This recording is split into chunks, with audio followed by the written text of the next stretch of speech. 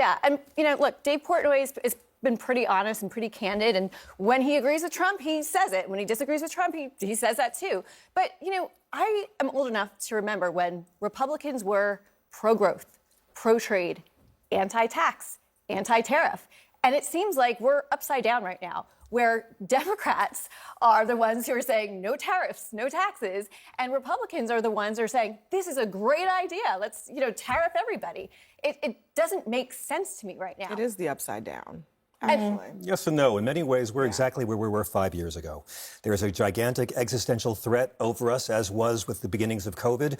We don't know how bad this threat is going to be, how many of us will be hurt. We're all around the world shivering in the shadow of this giant question mark. And the only thing we know for sure is that the American president is not going to tell us the truth day by day. This has been a bloodbath. Jeff Bezos is now middle class, I think. I think Jeff Bezos just moved back into his mother's garage and he's selling books again.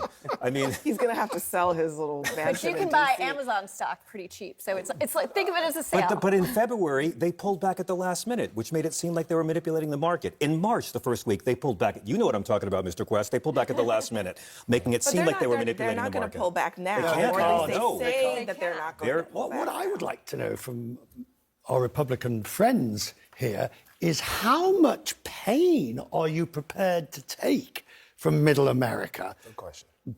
Before...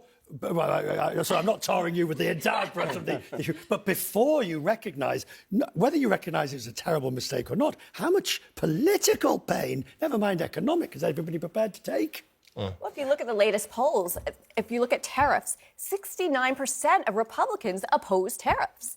I don't think it's about whether Republicans are going to take it. It's how voters feel. Well, I mean, these politicians fear okay, well, let me let Joe answer that. Yeah. Look, I think this is something that Trump didn't hide from us, right? If there's one thing that you could say about Donald Trump on the campaign trail is that he promised to do exactly this. He promised to issue tariffs. And I recall being on panels similar to this in 2017, 2018, when sort of his first round of tariffs came out in his first administration, and there was this prediction of panic and doom and gloom and 10 years of stock market, gloom in the future.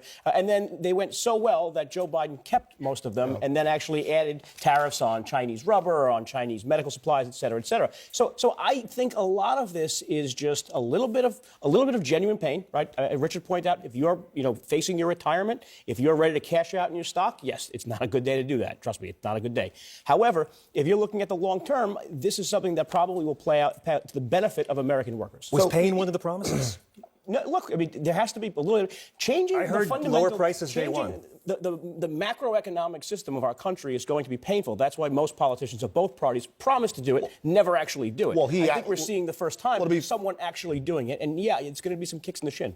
Two things to be fair. Number one, he didn't run on that. What he ran on was being the economic savior of the United States of America. He didn't run on, listen, you guys, things are going to get a little worse, but they'll be better in 2 or 3 years. So a lot of people are waking up to the reality that they're getting a return that they didn't really cast their vote for. That's true. Secondly, it's interesting with Portnoy and Shapiro because of what they represent. They actually represent just people because they're not politicians.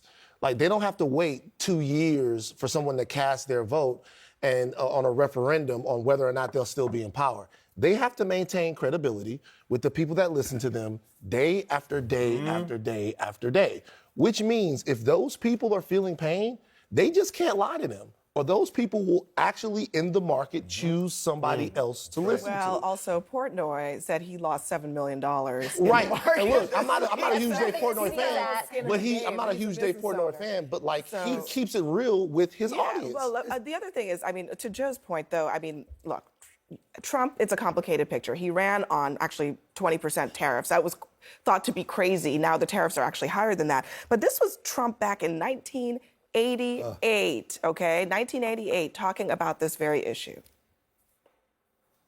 I'd make our allies, forgetting about the enemies you can't talk to so easily, I'd make our allies pay their fair share. We're a debtor nation. Something's going to happen over the next number of years with this country because you can't keep going on losing $200 billion, and yet we let Japan come in and dump everything right into our markets and everything. It's not free trade. Okay, 2 quick things about this. One, Donald Trump is stuck right there.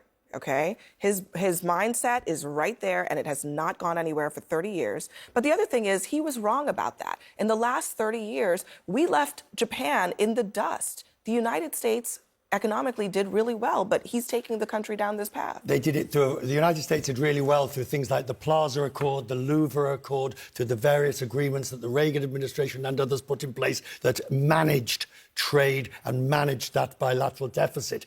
The China tariffs that you're talking about, they were targeted, they were specific, they were directional. By the way, the other two sets of tariffs, the aluminium and steel and the solar panels, they were an abject disaster. Yeah, 1,000 jobs gained, 75,000 lost. Exactly. Because So just steel, that was just steel. Donald Trump has had a myopic obsession with tariffs for as long as I've been covering him. And I'm talking about tunnel vision. And what you're seeing is the fruition of that view. Over on Capitol Hill, just quickly, over on Capitol Hill, they sent, or Stephen Miller sent himself, I don't know who sent him, but here's how it was received according to Politico. People in the room described the appearance as bizarre. Miller alluded to the British Empire and prompted befuddlement. What on earth was that? One senior leadership aide said, describing the reaction afterwards. He was very arrogant, said the second aide. Miller was lecturing folks while the market was in free fall, said a third. I mean, this is on Capitol Hill, where in the Senate, they've got 4 Republicans already saying, we got to put a stop to this. And now a Republican in the House, Don Bacon, is introducing a similar bill. There's going to be a little bit of revolt happening. But it's like they've seen the first 3 Star Wars movies and they figure out Darth Vader's the bad guy in the last 10 minutes of Return of the Jedi.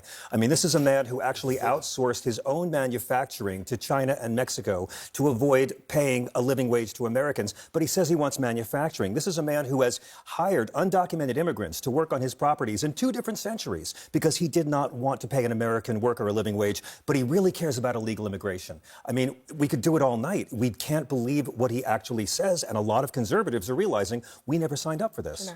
Well, I think our senators and our members of Congress are going to hear it back home, especially if there's pain for more than a couple of weeks. You know, you had the 4 senators that voted with the Democrats, but you've also had some senators publicly say, Tom Tillis in North Carolina said, our farmers are 1 crop away from bankruptcy. Yep. They can't withstand pain. You had Senator Kennedy say, okay, he might be right in the long term, but in the long term, we're all dead.